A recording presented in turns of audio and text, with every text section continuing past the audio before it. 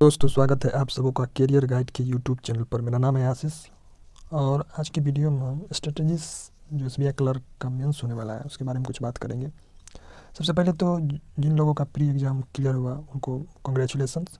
अब बहुत कम दिन बचे हुए हैं मेंस के लिए, क्या करना चाहिए। तो एक फैक्ट मैं बता रहा हूँ कि जो पहले से तैयारी करते आए हुए हैं उसके लिए ही ये स्ट्रेटेजी काम करेगा। ये नहीं कि आप चाहोगे कि 5 दिन 10 दिन में आप मेंस निकाल लो, वो क्लियर नहीं होगा। सिंपल सा इसमें लॉजिक है। ऐसा नहीं है कि आप चाहोगे कि पहले से मेंस कुछ नहीं पढ़ा हुआ है और 10 दिन में चाहोगे कि मेंस क्लियर करो, ये इम्पॉसिबल है। इसलिए जो पहले से पढ़े हुए हैं उसमें कुछ बचा हुआ है, कुछ अपने आप पर श्योर नहीं है, उनके लिए ये वीडियो है। और ये वीडियो उनके लिए भी है जितने भी बैंक के मेंस होते हैं उसमें भी ये अप्लाई होगा, तो इन दोनों के लिए है। तो हम लोग बात करेंगे step by step, subject wise बात करेंगे कि क्या क्या करना चाहिए और क्या क्या होना चाहिए ताकि मेंस में अच्छा से अच्छा स्कोर आए और हमारा फाइनल सिलेक्शन हो जाए, मेरे लिस्ट में नाम आ जाए। तो चलिए देखते हैं सब्जेक्ट वाइज। चलिए फर्स्ट मैं बात करूँ, इसमें 4 सेक्शन होते हैं जैसा कि आप लोगों को पता हुआ है, रीजनिंग, मैथ, इंग्लिश, जीए। तो सबसे पहले हम लोग क्या करेंगे, इसको 2 टाइम में 2 डे में बांटेंगे। जैसे मान के चलिए आज से है और आज से 5 दिन के लिए, और 5 दिन के बाद छठे दिन से जब तक कि आपका एग्ज़ाम का डेट जिस दिन होगा उससे 1 दिन पहले का, ये 2 डेट में हम लोग बांटेंगे। ठीक है, तो पहले मैं बात करूँ 1 से लेके 5 तारीख तक, क्या मतलब 1 से 5 दिन के लिए क्या करना चाहिए हम लोग को। सबसे पहले मैं बात करूँ रीजनिंग। तो रीजनिंग में क्या करना है, तो जैसे 5 दिन है तो आप कोशिश कीजिएगा कि हर अल्टरनेट डे में, या हो सके आप संभव हो तो जितने टाइम का एग्ज़ाम होगा उतने टाइम बैठने का, ताकि एग्ज़ाम का जो ना प्रेशर वो हैंडल कर पाए और एग्ज़ाम में आप उतने बैठ पाओ। तो मॉक तो आपको लगाना ही लगाना है, हर अल्टरनेट में लगाओ, या आप चाहो तो पर डे लगा सकते हो 5 दिन तक। और ये मॉक आप बोलोगे कि मॉक लगाना कहाँ से है हम लोग को, या तो आप चाहो तो पेड वाला अफोर्ड कर सकते हो तो पेड वाला भी ले सकते हो, किसी का भी ले सकते हो, या फ्री वाला जितना भी मॉक है, एक तो फ्री वाला देगा ही, तो सारा का सारा मॉक लगा लेना। जैसे जितने भी कंपनी, अड्डा हो गया, ग्रेड अप, जो बैज्यूम है, टेक्स्ट बुक हो गया, ओलीबोर्ड है, प्रैक्टिस मॉक है, ये सारे जितने स्मार्ट किरा का है, जितने भी मॉक है सब में एक एक फ्री दिया हुआ है, आप वो मॉक लगा लो। और मॉक लगाने के बाद उसमें जितने भी रीजनिंग के क्वेश्चन आते हैं उसका एनालिसिस उस दिन ही करो, सारा का सारा। और एक कॉपी पर नोट करो कि जैसे फर्स्ट जैसे आपको करना, जैसे इनसाइड वाला, इनसाइड का जो है मॉक, फिर आउटसाइड का, फिर रीजनिंग के लिए, फिर आउटसाइड का हो गया, फिर ब्लड रिलेशन है, ये डाटा सफिशेंसी है, उसके बाद क्रिटिकल रीजनिंग है, जितना भी है सबका पहले एक डाटा बना लो एक कॉपी में और उसको लिख लो। जैसे आज मैंने स्मार्ट किरा का मारा, तो स्मार्ट किरा के फर्स्ट मॉक में इनसाइड आउटसाइड का मॉक है, तो इनसाइड आउटसाइड का पजल दिया हुआ, तो यहाँ लिख देंगे स्मार्ट किरा फर्स्ट नंबर मॉक, ये इनसाइड आउटसाइड में।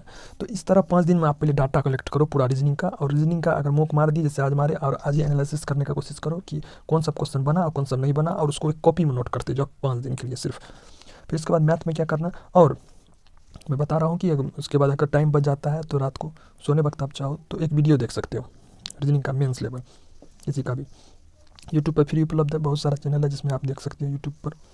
फिर उसके बाद मैं मैथ की बात करूँ तो मैथ में करना क्या है, सेम चीज़ करना है मैथ में भी, 1 से 5 दिन तक पूरा मॉक बनाना है, जितना भी कंपनी का है सारा का सारा फ्री वाला बना लेना है। और उसके बाद हो सकेगा रात में टाइम मिलता है तो आप यूट्यूब पर कोई भी चैनल एक फॉलो करो जिस पे मेंस लेवल का, क्लर्क के मेंस लेवल का क्वेश्चन कराया गया है, जिससे हर्षल अग्रवाल है, एक इन्फिनिटी से राजन सर करके है, सुमित सर है, किसी का भी यूट्यूब चैनल आप देख सकते हो, मेंस लेवल क्वेश्चन आप उससे देख सकते हो।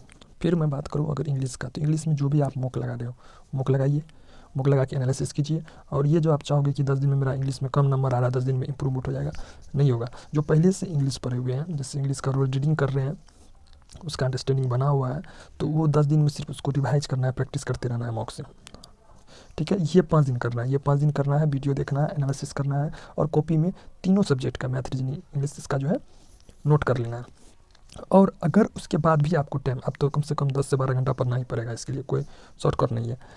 मॉक एनालिसिस करने के बाद, मॉक देने के बाद, ठीक है, वीडियो अगर रात में टाइम मिलता है वो देखने के बाद अगर आपके पास टाइम बचता है तो अब करना क्या है, जैसे अभी क्लर्क का एग्ज़ाम हो रहा है तो क्लर्क का एग्ज़ाम आपको ज़्यादा, एक तो मॉक का लेवल हाई होता है, उससे थोड़ा लो ही मिलेगा आपको एग्ज़ाम में।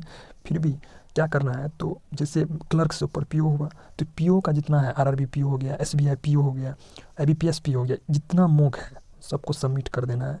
उसमें फिर देखना है कि इनसाइड आउटसाइड का क्वेश्चन दिया हुआ है, वो लग रहा है कि क्लर्क बेस्ड पर आएगा, क्लर्क के लिए आ सकता है कि मतलब उसका लेवल छोटा है, पॉसिबिलिटी कम दिया हुआ है।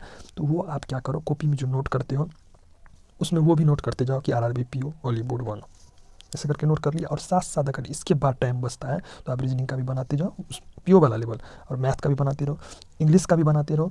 और GA में करना क्या, जैसे ये तो मॉक मार रहे हो वो तो देखना ही देखना है।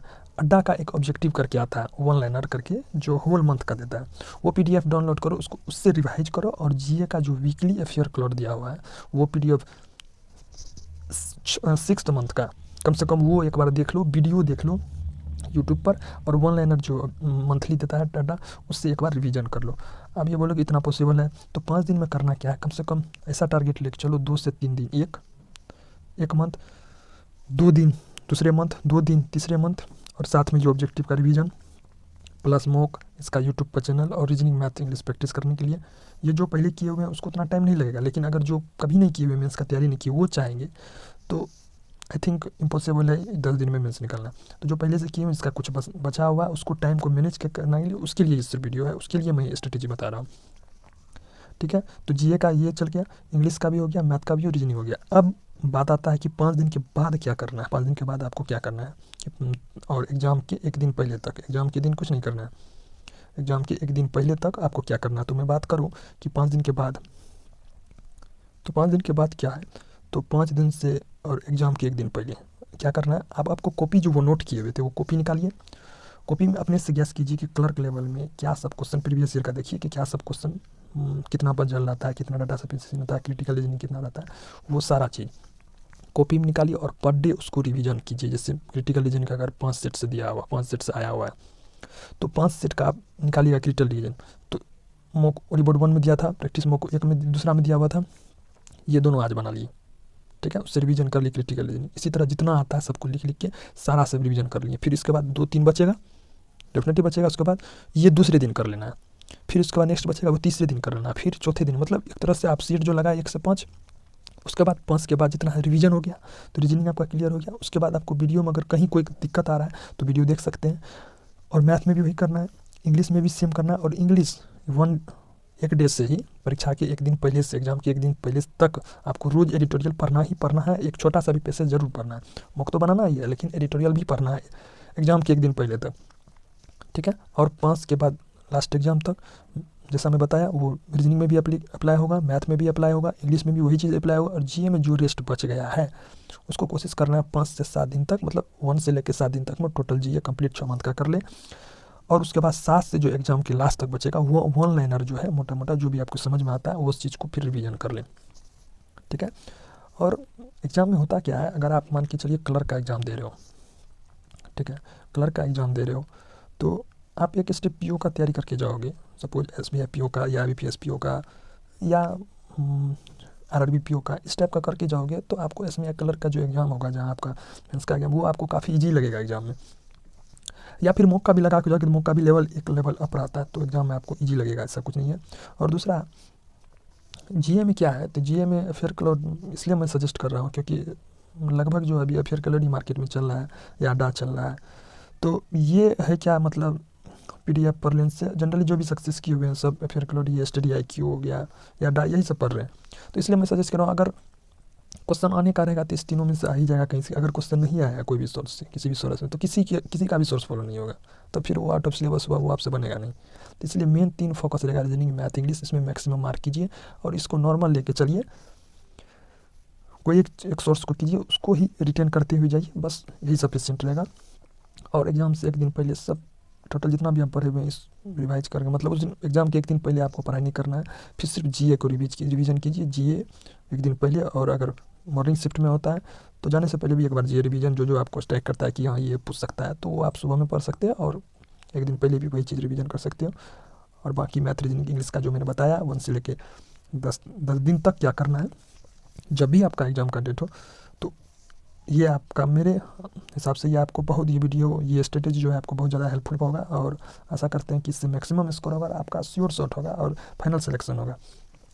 तो ये आपको वीडियो कैसा लगा कमेंट में ज़रूर बताइएगा, और चैनल को सब्सक्राइब कर लीजिएगा ताकि आने वाला जितना भी वीडियो होगा उसका नोटिफिकेशन आप तक आ जाएगा।